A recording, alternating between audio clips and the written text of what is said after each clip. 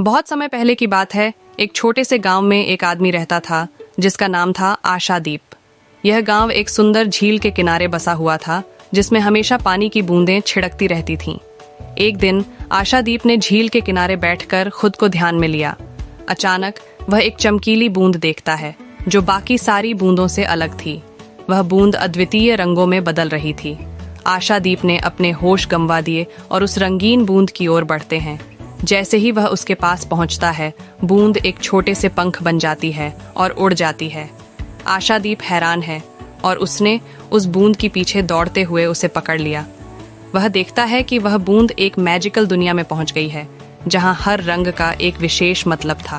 पहला रंग था सफेद जो सांत्वना को दर्शाता था। दूसरा रंग था पीला जो खुशियों का प्रतीक था।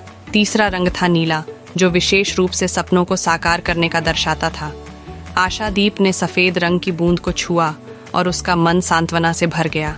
वह दूसरे रंग पीले की ओर बढ़ता है और उसने उसको छुआ जिससे उसका चेहरा खिल गया।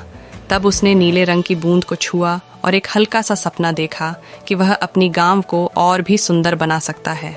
इसके बाद आशादीप ने और भी कई रंगों की बूंदें छुईं और उन्हें अपनी जीवन की रोचक कहानी में शामिल किया।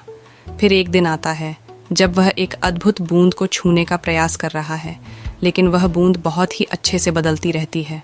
उस बूंद में सभी रंग एक साथ होते हैं जिससे एक अद्वितीय और रहस्यमयी रंग बनता है।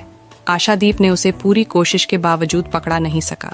इसके बाद बूंद एक बार फिर उड़ जाती है, लेकिन उसके साथ कुछ रंग छूट जाते हैं और ये रंग आशादीप के हाथ में जा गिरते हैं।